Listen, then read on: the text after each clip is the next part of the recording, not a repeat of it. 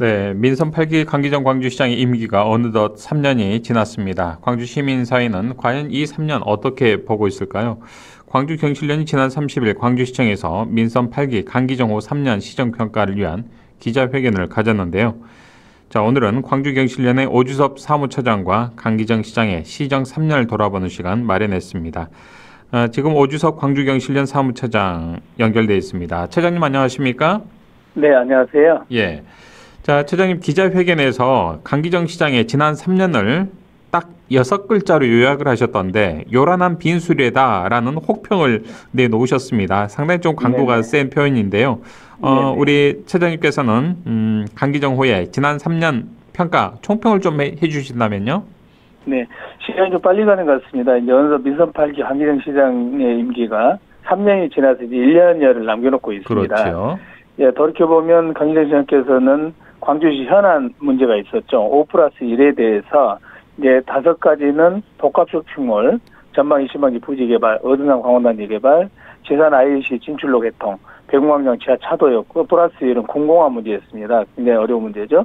이걸 임기 시작 6개월 안에 답을 드리겠다라고 공연하며 임기를 시작을 했는데 적극 경쟁을 하겠다 이런 코드였죠. 그런데 동분서주하기는 했지만 실제적으로 이게 성과를 제대로 냈느냐 하는 부분이 의문인데 다만 이제 복합 쇼핑몰 중에서 전방 20만기 부지에 더 현대가 들어서는 것은 어느 정도 진척이 좀 되는 것 같고요. 또 하나는 이제 시민들께서 좀 기대를 하셨어요. 뭐냐면 국회의원 상임도 하시고 청와대 정무수석을 역임하셨기 때문에 그동안 경험을 바탕으로 내일이 빛나는 기회도시라는 그 캐치프레이즈에 걸맞게 행정에서 좀 개혁적인 모습을 보일 것이다. 네. 민주화의 문건이 광주시가 더욱 신장하게 기다렸는데 이런 기대와 다르게 강 시장이 지난 3년이 불통, 독선, 독단적이었다. 이렇게 볼 수가 있겠습니다. 네. 이제 성과에 대한 조급증이 강했던 것 같아요. 어떻게 그 중요한 문제를 5+1을 6개월 안에 답을 들을 수 있겠어요. 사실은 임기 내만 해결해도 굉장히 잘한 거죠. 근데 이런 어떤 성과에 대한 조급증도 있었고 결과만 좋으면 좀 과정은 중요하지 않다. 이렇게 좀 밀어붙이는 경우. 또 이제 시민의 뜻보다는 행정 편의주의, 또 성과는 최대한 보장. 이제 이러면서 어떻게 됐냐면 독선과 독단은 적극 행정과 추진력으로 좀 미화가 되고 비판의 목소리는 좀 배치의 대상이 됐어요. 그리고 이제 생각의 차이는 정책에 대한 이해도 부족으로 이렇게 좀 내몰리면서 정책 결정 과정에 참여했던 그 전문가나 좀 시민, 저희 시민단체도 당혹스러워하는 경우들이 좀 종종 있었습니다. 네, 자 전반적으로 말씀 좀 주셨는데요. 말씀하신 것처럼 취임과 동시에 광주 현안 5+1을 신속하게 빠르게 해결하겠다 이렇게 약속은 했습니다만 아직 현재 진행 중인 것도 있고요. 한 발자국도 나가지 못한 부분들도 있고 하는데 자 그 가운데서도 우리 차장님 보시기에는 어떤 부분이 가장 좀 문제였다고 보시는지요? 소폭 말씀도 해주셨는데요. 이런 부분들입니다. 어떤 부분들은 이제 시민들의 좀 의견을 청취해서 정책을 결정해야 되는 부분들이 있는데요. 과정이 너무 좀 일방적이었다라는 겁니다. 일례를 들면 우리 민간공원 특례사업 중에서 10개 지구 11군데 중에서 중앙공원 1지구, 풍암호수가 있는 중앙공원 1지구가 가장 논란이 지난 민선 7기부터 많았는데요. 그렇죠. 특히 이제 풍암호수 원용보증과 관련해서 오랫동안 이 풍암 호수 주변에 있는 시민들이 국회의원, 현역 국회의원, 전직 국회의원 또 이렇게 토론회도 하고 전문가들이 토론회도 하고 저희 시민사회도 같이 참여하고 해서 했는데 강기정 시장이 이제 시장대에서 들어와가지고 풍암호수가 있는 중앙공원 그 일지구에 있는 그 주민들이 포항동 주민들이 협의체를 구성을 했어요. 그래서 주민들의 어떤 의견들을 가지고 시장질에 가서 강기정 시장을 만나서 시장께서 이렇게 이야기를 했습니다. 당시에 취임한 지 아마 제 기억에는 한 1년 정도 됐던 것 같은데요. 원용 보전하겠다. 주민들이 그렇게 원하면 다만 수질 개선에 관한 부분은 내가 장담할 수 없다. 이렇게 해서 이제 주민들은 원용 보전한다는 걸 믿고 아주 돌아가서 강 시장을 이제 칭찬을 좀 많이 했던 것으로 기억이 됩니다. 네. 근데 불과 3개월 만에 좀 그 주민 대표들이 다시 찾아갔는데 다른 이야기 좀 들려와서 풍암호수 원용 보전을 하지 않겠다. 시장님 이유가 뭡니까? 그랬더니 주민들한테는 이유도 이야기하지 않고 일방적으로 그냥 이 말문 소통을 말문을 닫아버린 이런 상황들이 되고 그다음에 이제 주민협의체를 행정이 유리하게 구성을 해서 행정에서 원하는 방향으로 풍암호수 문제를 결론내버렸는데 현재 풍암호수는 46만 톤의 물이 15만 톤으로 줄어들고요. 평균 수준이 44.5m, 1.5m. 다만 수면적은 유지가 됩니다. 네. 수면적과 이게 넓이는 유지가 되는데 이제 호수 깊이가 아주 얕아지게 되고 수량이 아주 적어지게 되는 그런 상황이 됐죠. 그리고 이제 시민들과 한 풍암 주민들 한 200명과 대화를 통해서 본인이 일방적으로 이제 폼하우스 문제를 자처했다라고 이렇게 주장을 했고, 당시에 시민들이 항의했는데 그것도 좀 일축해 버리고 보도자를 통해서 내가 문제를 이렇게 잘 해결하고 있다 이런 식으로 해버리니까 해당 시민들은 굉장히 당황스러울 수밖에 없는 이런 부분들이 이제 발생을 해서 네. 이게 이제 사실 우리 강기정 시장께서 일 처리하는 방식에 대해서 불통이다, 좀 독단적이다 이런 것들이 이제 지난 3년 동안 좀 돼왔던 그런 상황이었습니다. 그렇군요. 이런 좀 우리 시민들의 생활과 또 밀접한 문제에 있어서 좀 해결하는 네. 방식에 상당히 좀 독선적이다, 일방적이다라는 평가를 우리 시민들이 좀 많이 받고 있는데 우리 최재님께서도 앞서서도 총평 질문을 통해서 좀 말씀을 주셨습니다만 국회의원을 3번 했고요. 청와대 정무수석도 역임을 했고 이런 강기정 시장에 대한 좀 기대감도 꽤 컸습니다. 그를 좀 반증해서일까요? 당시 투표율 74.91%를 얻고 이제 당선이 됐는데 최근에 이제 임기 3년을 보내고 임기 1년이 남은 상황에서 이제 내년 6월도 지방선거가 있지 않겠습니까? 네, 그렇습니다. 이런저런 후보들과 함께 좀 여론조사를 돌려보니까 현직 광주시장임에도 불구하고 적합도에서 2위를 좀 달리고 있는데 아직은 뭐 이 여론조사 초반이기 때문에 이걸 뭐 100% 장담할 수 없겠습니다만 어찌됐든 좀 독보적 압도적인 이런 모습 보이지 않고 있습니다. 이런 모습들에서 시민들의 기대가 어떠한 점에서는 또 실망으로 바뀌었기 때문 아닌가라는 분석도 있는 것 같습니다. 어떻게 보셨습니까? 네, 사실은 이제 자치단체장이 처음에 시작을 하면 시민들이 기대감을 갖잖아요. 그렇죠. 3년이면 어느 정도 일한 데에 대한 평가들이 나와버렸기 때문에 지역 언론사에서 2번의 여론조사에서 2위가 됐다고 하는 것은 굉장히 좀 심각한 상황이다. 민심을 잃었다 이렇게 보여줄 수가 있고요. 근데 하나 또 예를 제가 들면 광주 발전에 대한 미래 비전이나 성과가 보여줘야 현직 시장은 이럴 때 여론조사를 할 때 한 3년 차 이럴 때 이제 여론조사에서 좀 높은 지지율을 확보를 할 수 있는데 그렇지 못하면 지지율이 낮을 수밖에 없습니다. 예를 들면 민선 7기 때 문재인 정부 때죠. 17개 광역시도에 가장 원하는 사항들을 하나씩 정책을 매발했을 때 다른 데는 SOC를 했지만 광주는 인공지능 선도도시를 좀 만들겠다 해서 그렇게 제안을 했었고 민선 7기 때 이게 이제 민선 8기까지 쭉 왔는데 그러면 이게 민선 지금 8기가 들어서서는 국가 AI 데이터 센터는 설립이 됐습니다. 또한 AI 1단계 사업이 작년 말로 마무리가 됐어요. 그러면 2단계 사업이 진행이 되려면 이게 예비타당성 조사가 면제가 되거나 아니면은 이런 상황들이 처리가 됐어야 됩니다.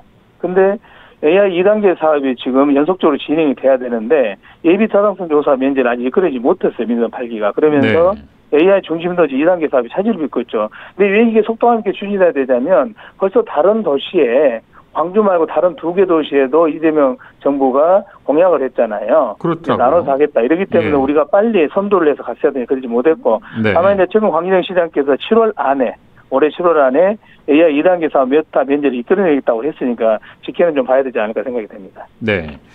자, 오히려 더 울산 같은 이런 곳에 전혀 우리 시민들이 생각지도 못했던 이런 지자체에서 굉장히 또 치고 나서더라고요, 보니까. 네, 그렇습니다. 한번 보고요. 자, 강기정 호의에 대한 우리 경실련에서는 불통, 독선, 독단이라는 이런 평가를 좀 해 주셨는데 나름대로 불통 이미지를 해소하기 위해서 오려대화도 그렇고 정책 소풍이라는 정책도 있었고 헬로 광주 등의 다양한 형식을 이제 통해서 시민들을 만나고는 있습니다만 이게 실질적인 효과는 좀 없어 보입니다.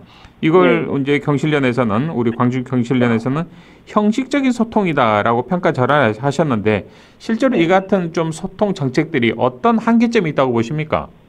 근데 이게 다시 3년 전으로 돌아가면요. 강기정 시장께서 3년 전에 취임을 하시고 6개월 동안 지역신문에서도 소통과 관련해서 기사가 나거나 칼럼이 나온 적이 있어요. 소통을 잘해야 된다라고 하는 거. 그리고 6개월째에 저희 시민단체하고 소통을 주제로 토론을 했습니다. 3시간 반을 했습니다. 생긴 게 됐고 이때도 마찬가지로 소통을 잘해야 된다라고 이렇게 이야기가 나왔던 것은 그만큼 6개월 만에도 강기정 시장의 소통의 방식에 문제가 있다고 하는 거예요. 그러니까 소통 양은 굉장히 많아졌어요. 방금 말씀하신 것처럼 월요대화, 정책소풍, 헬로 광주 이런 것들이 있었는데 양도 중요하지만 더 중요한 건 질이잖아요. 그러니까 대화의 물리적 자리는 많이 돼 있었지만 듣지 않고 일방적으로 말하거나 등립청만 하고 정책을 반영하지 않으면 이건 소통이라고 보기 어렵죠. 이런 부분들이 이제 3년 동안 우리 강기정 시장께서 가장 많이 지역사회에서 이야기 나왔던 게 소통을 못한다. 이거에서 상당히 좀 안타까움이 많이 있습니다. 네.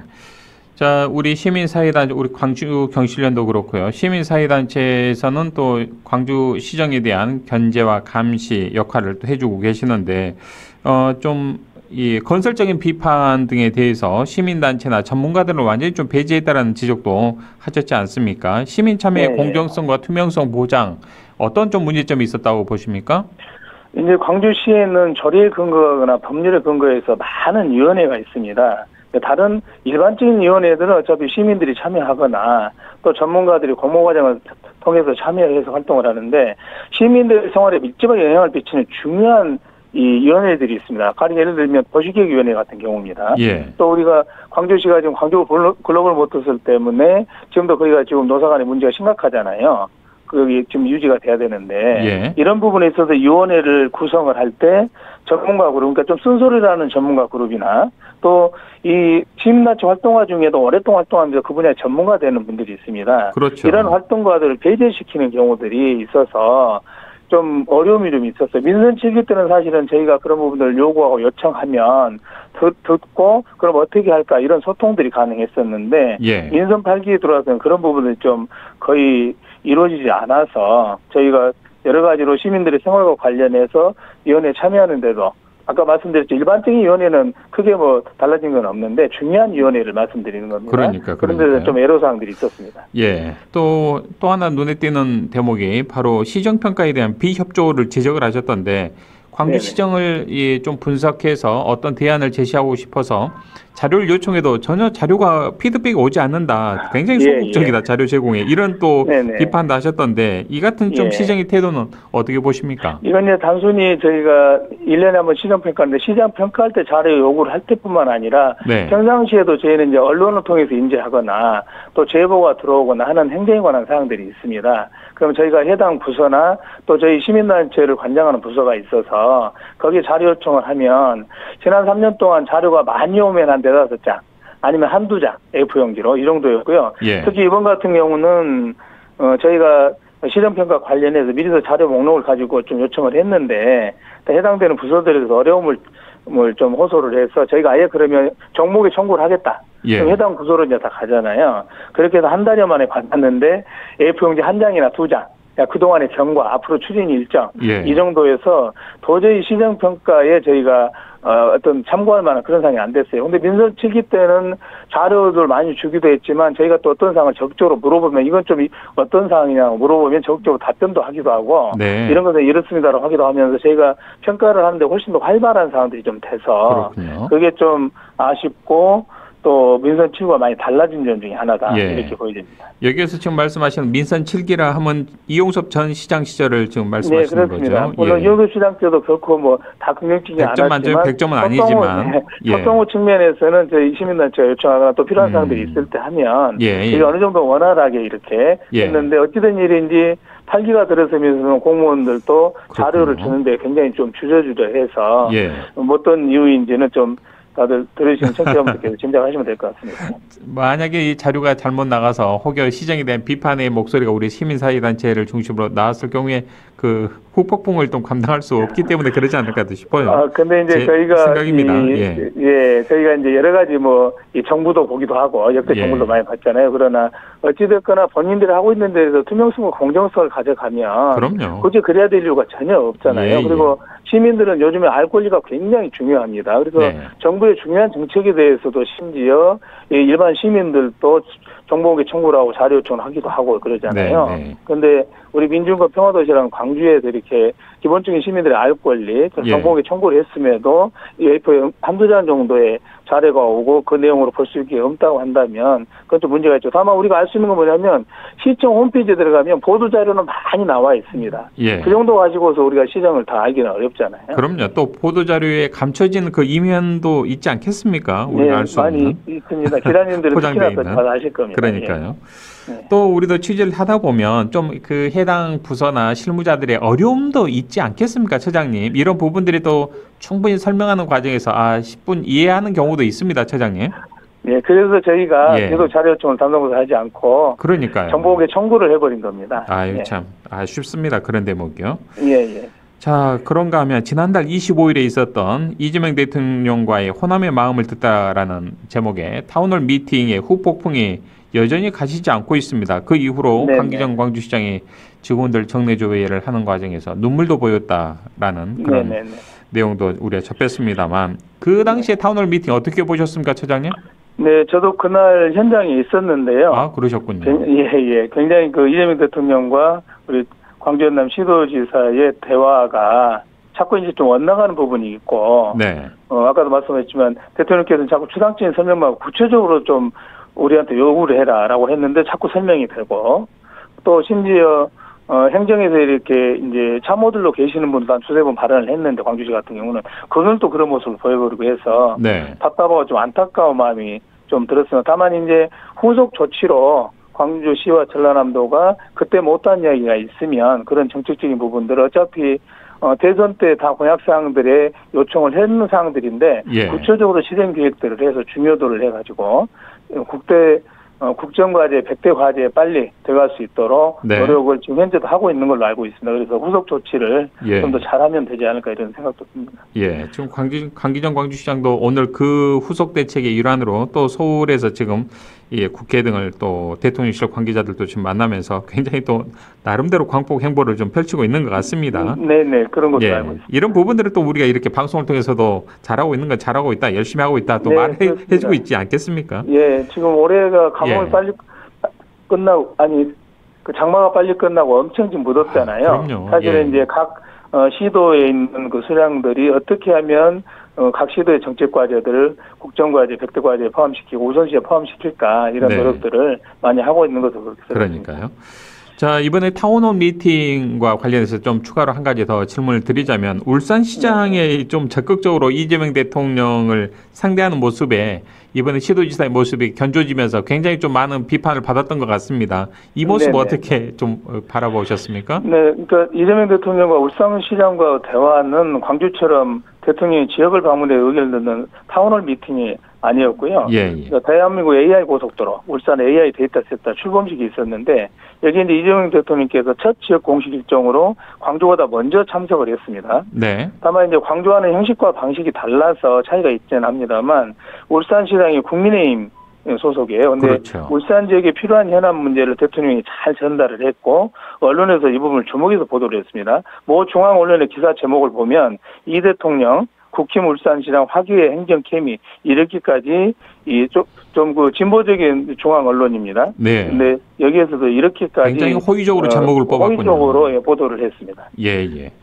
자, 그렇다면 이제 임기 4년 중에 3년을 보냈습니다. 남은 건 내년 6월 3일 지방선거까지 꼬박 1년이 남았는데 강기정 시장이 시민의 신뢰를 회복하고 또 주요한 현안을 좀 풀어야 할 그런 이제 또 숙제가 남아 있는데 가장 시급하게 풀어야 할 과제라면 어떤 점 꼽으시겠습니까? 시장이 4년 동안에 본인이 공약된 사항을 다 추진하기는 어렵다는 거 누구나 압니다. 그리고 지난 시기 때 이렇게 지난 어떤 그 시장 때 해왔던 일들도 또 마무리를 해야 되는 과정들도 있고요. 그래서 초심으로 돌아가서 3년 전 출마 때 공약사항과 3년 동안 추진했던 사업을 다시 재점검하고 앞으로 이제 1년, 사실 1년이라고 하자 내년 6월 3일이 지방선거이기 때문에 네. 사실 일할 수 있는 시간이 그렇게 많지 않습니다. 그렇죠. 곧 지방선거 들어가기 때문에 그래서 계획을 하여튼 잘 세워서 광주의 미래 어떤 발전, 시민들의 눈높이 맞는 시정을 펼쳐나가야 되지 않을까 이렇게 생각을 합니다. 네, 지금 청취자 여러분께서는 오주석 광주경실련 사무처장과의 이슈판을 생방송으로 라디오를 통해 듣고 계시고요. 유튜브를 통해 함께 시청하고 계십니다. 자, 5234번을 쓰는 애청자님께서 빵톡 문자를 통해서 강기정 광주시장이 당선 때만 해도 정치 베테랑으로서 광주에 또 새로운 바람을 불러일으켜 주리라는 기대감이 컸었는데요. 이제는 다소 아쉽다는 생각이 듭니다. 이제 1년이 남았는데 1년도 긴 시간 아니겠습니까? 이제라도 시민들의 마음을 읽고 광주에 도움이 되는 행보를 보여주셨으면 좋겠습니다라는 또 문자 의견 보내주셨습니다. 네. 자, 처장님, 이번 시정평가를 통해 광주경실련에서 전달하고자 했던 가장 중요한 핵심 메시지는 무엇이라고 볼 수 있을까요? 네, 최근 12.3 비상계엄 이후에도 우리 국민들 또 시민도 많이 느끼고 있지만 어떠한 일을 추진해 나가 있어서는 이 리더 혼자서는 다 할 수가 없는 거잖아요. 그리고 예. 특히 일방적이 돼서는 안 된다라고 하는 이게 굉장히 중요한 있다고 보여집니다. 그래서 특히 소통, 이게 매우 중요하다. 지금 이재명 정부, 이재명 대통령께서도 최근에 충청권에서 타운홀 미팅을 했는데 이 소통을 굉장히 중요시하게 생각하잖아요. 네. 다만 이제 소통의 방식을 대통령이 그렇게 국민들하고 직접 하는 것이 어쩌냐는 부분은 또 다시 저희가 또 생각을 해야 될 부분이 있긴 합니다만, 그래서 이제는 행정의 리더인 시장이나 전라남도 예를 들어 도지사도 시도의 변화에 맞맞춰서 시도민들하고 소통을 잘하면서 일을 추진하는 거, 이게 굉장히 중요하다고 보여집니다. 앞으로는 이게 더더욱 중요하게 작동하지 않을까 이렇게 생각을 합니다. 예. 자, 분위기를 바꿔서 이 질문 한 가지 좀 드려보죠. 요즘에 네네. 주 4.5일제 도입을 놓고 사회적인 논의가 뜨겁습니다. 일과 네. 삶의 균형 그리고 생산성 향상이라는 기대감도 있습니다만 한편으로는 크고 작은 우려의 목소리도 나오고 있는데요. 우리 처장님께서는 주 4.5일제의 흐름, 이 도입 시기 이런 전반적으로 좀 어떻게 보고 계시는지요? 이제 유럽이나 이렇게 소위 말해서 우리보다 좀 앞선 선진국에서는 예. 그 노동시간 단축이 이미 돼 있는 상황이잖아요. 그래서 말씀하신 것처럼 요즘에는 일과 삶의 균형을 중요시하는 시대여서 이 노동시간 단축 문제가 관심사가 됐고 이재명 정부에도 본격적으로 논의가 될 것으로 이렇게 생각이 됩니다. 네. 자, 처장님 끝으로 우리 지역민들과 애청자분들에게 전하시고 싶은 말씀이 있다면 한 말씀 주시겠습니까? 네, 장마가 빨리 끝나면서 폭염이 계속되고 있고요. 저도 굉장히 아침부터 이렇게 더워서 힘들기 어려운데 올여름 건강하게 잘 지내셨으면 하는 바람을 가져봅니다. 네. 선생님 오늘 하나하나 꼼꼼하게 광주시정을 좀 들여다보도록 도움을 주셨는데요. 감사드리고요. 앞으로도 시정에 대한 견제와 감시의 눈초리 거두지 마시고요. 끝까지 함께 해주시면 좋겠습니다. 네, 그러겠습니다. 고맙습니다. 네, 오늘 말씀 여기까지 듣지요. 지금까지 오주석 광주경실련 사무처장과 함께했습니다.